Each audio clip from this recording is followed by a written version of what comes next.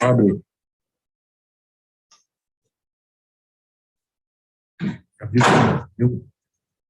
Bom dia, caros colegas. Good morning, colleagues. Minister Teresa Cristina is currently at another event with the President of Brazil. So with us, she will be with us as soon as she can. Therefore, she asked me to start off for her for the second day of discussions at this meeting of the IICA. Today, our agenda includes the report by the Director General. We will be discussing the financial and budgetary situation, the program budget for the next 2 years, rural development in Latin America and the Caribbean, and the rules of and the statute of the Inter-American Commission on Organic Agriculture. Welcome everyone on behalf of Minister Cristina. She wishes that you will hopes you will have a productive day, and I would like to recognize the Director General, Manuel Otero.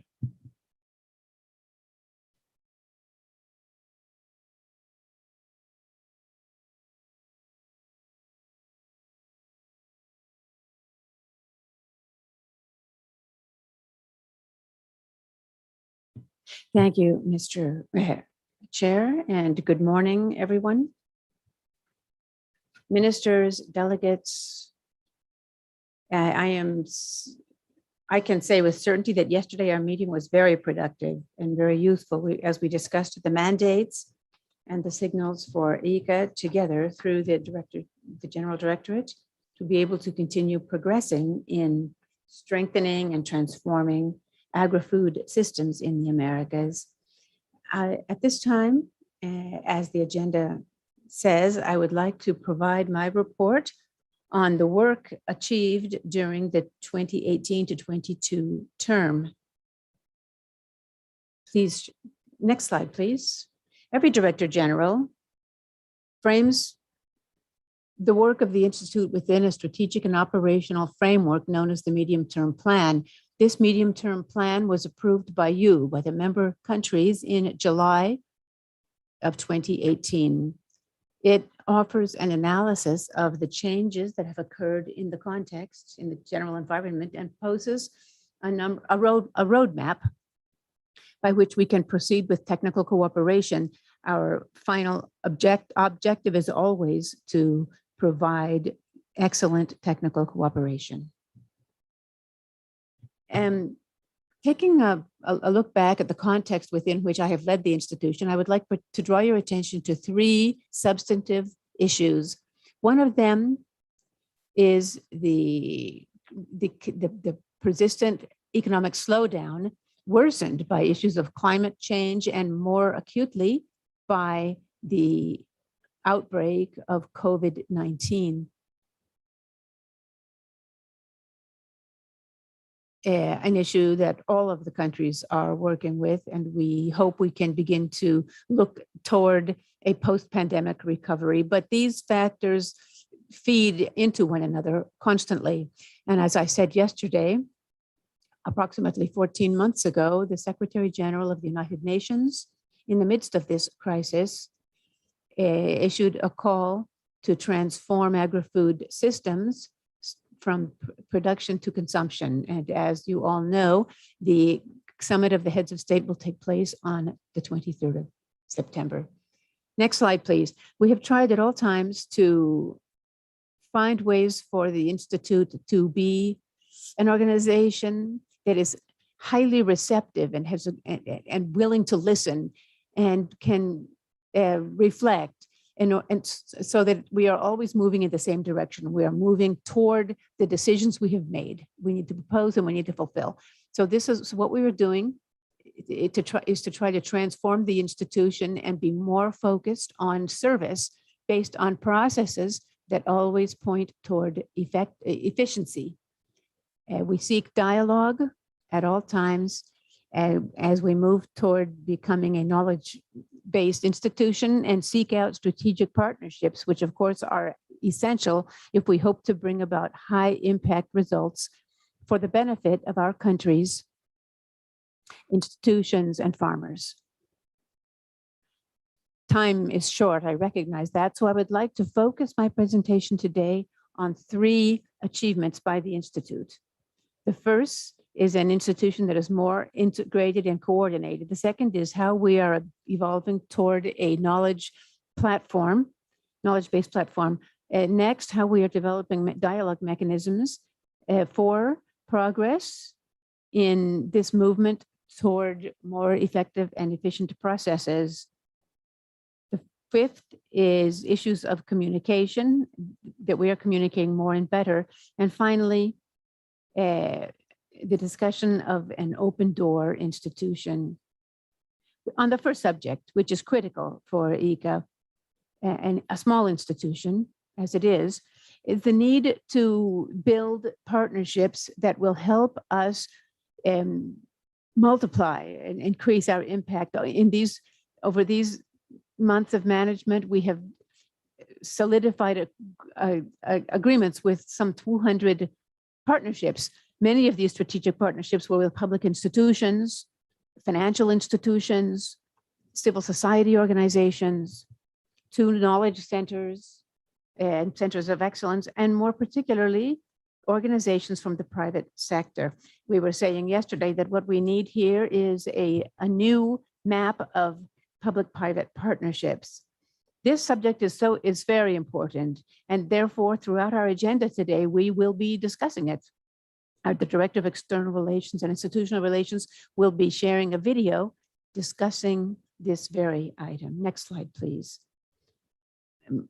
Talking about the knowledge management platform, as you are all aware, IICA works on the basis of 5 programs and 12 cross-cutting themes. As it says later on, we try to target our work, and in this case, we focus on the bioeconomy and productive development program, which is growing very quickly, and a program that you pointed out yesterday when you talked about resiliency and climate change and also risk management. These things are all important, and international trade and regional partnerships, which is one of IICA's traditional programs. And it appears that we need to continue contributing to the overall body of the countries. And I think this continues to be very up to the minute. Family farming and rural development is another one of our trademarks. And I think we are achieving great things there in the service of the countries. And finally, equally important, agricultural resilience and food safety and food security, 5 programs. And this is what we have tried to translate and target through our knowledge management platform. All of this is done on the basis of interdisciplinary work and 2 cross-cutting themes. Yesterday, we talked a lot about the word innovation and technology. It's part of our DNA. And we also made mention of issues of gender and youth. In any case, as I said before, this is interdisciplinary work, and where we draw very much on strategic partnerships, trying to strengthen conceptual frameworks, which is the most sensible way to proceed if we want to have programs that are effective. So this knowledge management platform has led to a number of technical cooperation actions. Some of them are hemisphere-wide, others focus on subregions, and others are in the countries themselves. But we always try to make sure that these levels of action intercommunicate with one another. They're all woven together, they're linked together, and through them they can feed into one another. I will give 2 examples of 2 programs that we are very proud of, because they are clear models of this type of actions concentrated at the hemispheric, regional, and national level, which is the green zones for the Americas. It's the result of a partnership with Ohio State University, specifically through a leader in the field of soils, which is Ratan Lal, who won the World Food Prize in 2020. And based on that partnership with Ohio State University, we are putting together a whole network of public, private, and civil society organizations to try to reverse this very serious problem of soil degradation, because when soils degrade, clearly it becomes impossible to even think about anything else in our production systems. This is why IICA has laid its stakes on this program for living soils. And I am very grateful to the countries and the institutions for their generous support. Another example is the issues of digital inclusion. We have developed very useful documents working together with IDB and with Microsoft to focus on issues of rural connectivity and the digital technologies. And here I want to emphasize the partnership with Michael Kramer, who's from the University of Chicago, who has an NGO, which is known as PAD, which is Precision Agriculture, PAD, Precision Agricultural Development, which has developed very interesting experiences in countries of Asia and Africa. And now we are coming to our own hemisphere with an important project for northeastern Brazil, 11,000 producers, and we hope over the short term to be able to add a program in Colombia. These are clear examples of actions resulting from strategic partnerships under global conditions, where we are seeking out ways to coordinate at the sub-regional level and bring it down to earth in the countries themselves. As part of this knowledge management platform, we are also moving ahead with our program of internships and residencies, which for obvious reasons, almost all of them are virtual these days. We're trying to teach about good practices that are already being promoted in the United Nations system. We have a virtual platform where we have developed some 140 different training courses. More than 100,000 people were trained. And I wanted to associate this with what we just saw about the program for human resources training for the transformation of agri-food systems, because it seems to me that there is a great deal of material here in this program through our virtual technologies. We've issued 40,000 certificates of accomplishment, and we want to continue moving in this direction of achievement, rather. Moving along to achievement number 3, mechanisms for dialogue. Yesterday we talked about it, and I mentioned that over the course of all this time, we have held many meetings and discussions, sub-regional particularly, with the ministers of agriculture as a result of our position as IICA and as Secretariat of CAS, of the Southern Agricultural Council, and also the CAC, the Central American Agricultural Council, which is located here at IICA headquarters. Also, our countless dialogues and discussions with the ministers of the countries of the Caribbean, the ministers of the Pacific Basin, and more recently, the Andean Agricultural Forum, which is the result of a consensus-based action with the FAO. I was also proud with the fact that at the start of the pandemic, we executed a high-level food security advisor, which is comprised by 11 renowned experts, politicians from the political side, business side, academia. We meet once a month, and there we address topics having to do with relevant topics. We speak about how it impacts IICA. And this began 2 years back, and we've held 18 regular meetings and many informal meetings where these individuals, these experts, provide their know-how to IICA, and I truly value that. Also, we have recognized Goodwill ambassadors, and I wanted to mention in the upper left side, the Hipólito Mejía, and we just mentioned to the World Food Prize Nobel winner and Nobel recipient, Dr. Ratan Lau, and Dr. Paulinelli, World Food Prize in 2017, current Nobel Peace Laureate candidate, and then many other individuals, Beatriz Paredes, business people, Hugo Sigmund, Susana Balbo, individuals that are committed to civil society, Jerry McLeod. And we're going to continue to ratify the Goodwill Ambassador Program that truly is important for IICA's image. So we've renewed our commitments with the Central American Agricultural Council, and the same thing was done with the Southern Agricultural Council.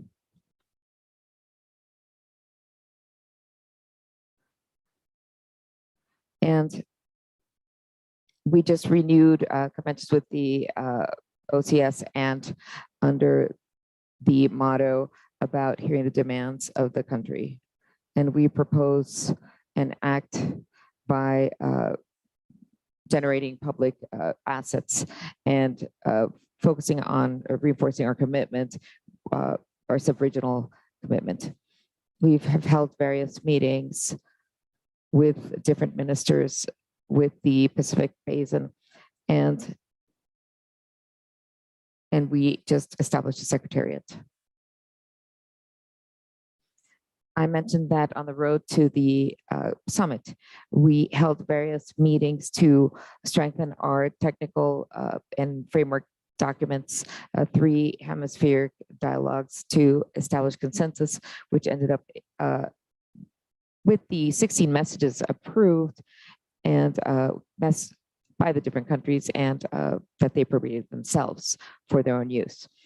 A fourth achievement has to do with more effective administrative management for IICA that works through procedures, where we have improved, where we asked crisis, where we addressed crises, and where this slide shows $2 million, and most will be presented further on. We'll speak about the fact that for 3rd consecutive years, we've had audit reviews, clean audit reviews, and we now have 34 million saved. And our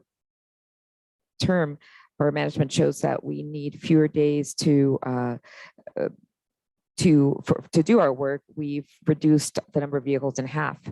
And since quotas are sacred, the membership of the countries is sacred, we will continue to budget and plan our budget accordingly and reassign or assign the same towards actions which have greater impact with the countries.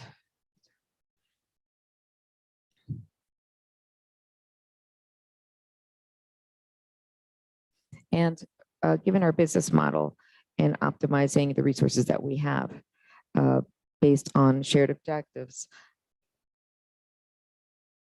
and continuing to cut the red tape at IICA and establish programs with more impact and outreach through our strategic partnership maps and new financial architectures, and to have more capacity and to respond.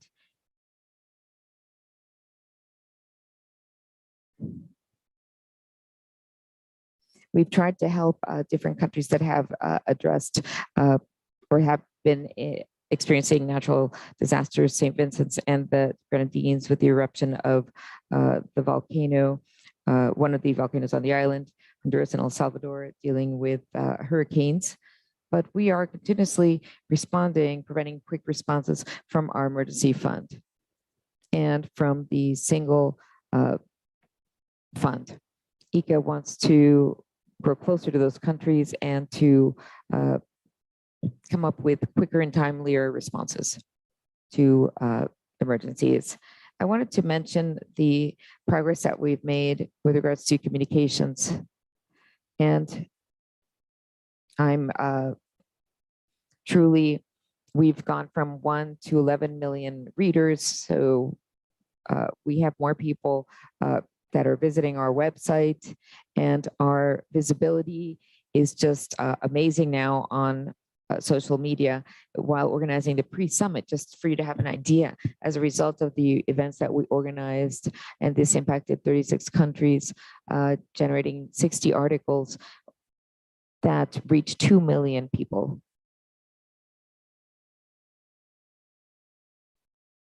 We have an advisory communication council, and we convene them whenever we have an issue that is important to address and analyze.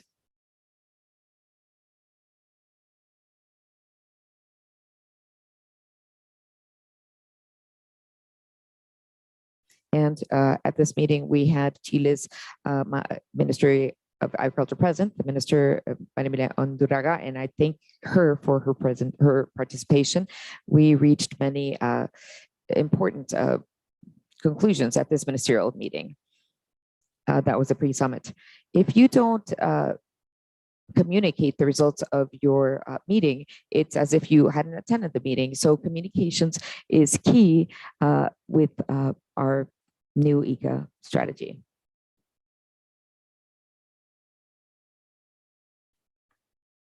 The most important philosophy here at IICA is IICA's open door policy. It's an IICA's open door commitment. So we want to foster agriculture through artists. So visit our website, see what we've done with regards to that. We honor rural workers by paying homage to them through art. We have Leon Gieco from Argentina, Gilberto Gil from Brazil, and I'm forgetting, I know many other important artists who are also famous. But for 5 years, we have 5 stars in our Blue Flag program. My dream is for IICA to be carbon neutral, at least here at headquarters. At one point in time, we will achieve that. But when we speak about sustainable development, we have to be a model and be carbon neutral ourselves. And it's an irrenounceable commitment where we have to make headway. We have to pay heed to the environment, to set an example and be a model of what we propose. Yesterday, we saw the inaugural ceremony of the expanded cmug, and it was truly, and I think it's a brilliant center, and the future has definitely arrived. And what we want is agriculture with a human face in total,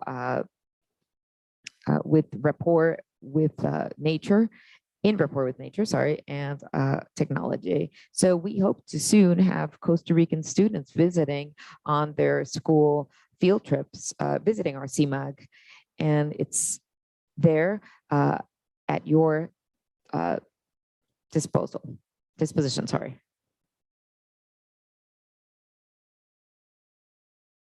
The traditional rural house here at IICA is another achievement. We can say it's another way of honoring and also remembering where we come from. It's a way to evoke rural traditions in the hemisphere. I'm very proud with the rural house that we built, and we received much support from Costa Rican private sector companies. The Fab Lab, it's another reason to be proud. Now, in partnership with the Ministry of Science, Technology, and Telecommunications of Costa Rica, we established our first digital fabrication laboratory specializing in technology management and innovation for the agriculture sector. And it's to promote the development and implementation of digital agriculture by enhancing digital literacy. And many countries have asked me how to build a Fab Lab in their own countries. And I can definitely counsel you on how to do that. And the idea is to reach out to the private sector because it's important to be familiarized with this new technology. October 7th is when we're going to celebrate the 79th anniversary of IICA. And the idea is to, imbue life to the Agriculture of the Americas Plaza. And I want to build along with the municipality of Vasquez de Coronado, where headquarters is located. We're building a plaza designed to integrate the institute into the community of the canton via this educational and recreational space. It'll be a symbol of IICA that is open and linked to the community. And it shows how we value farmers, their work, to address water conservation. And the first image, it's the first image that you're going to receive when you think of IICA Open Doors, IICA and Open Doors. Message 16 of the 16 messages, message 15 or 14 rather, now I'm doubting, but it states that agriculture in the Americas is called to be the guarantor of food and nutritional security and environmental sustainability throughout the planet. And I think that's important. It's an important goal which we have to work towards.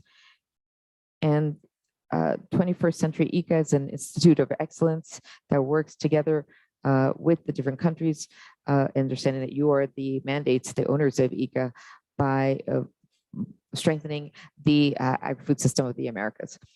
This is all I have for you today. Thank you so much for your attention. And I reiterate my thanks to all of the employees at IICA who have made this achievement possible, these achievements possible, that I quickly, well, summarized for all of you. Thank you so much.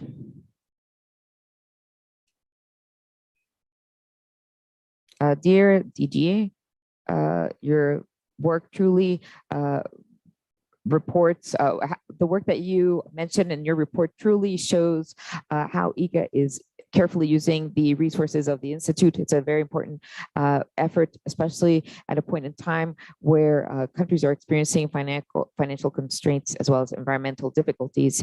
IICA must continue to work effectively and helping helping different member countries and helping them meet their agendas and facilitating dialogue throughout the Americas.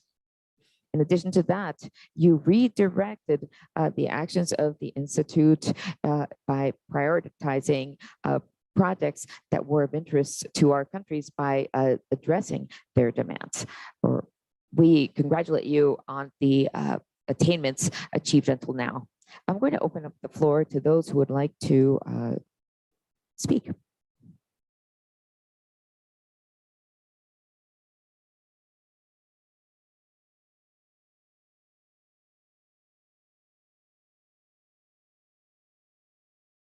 Mexico.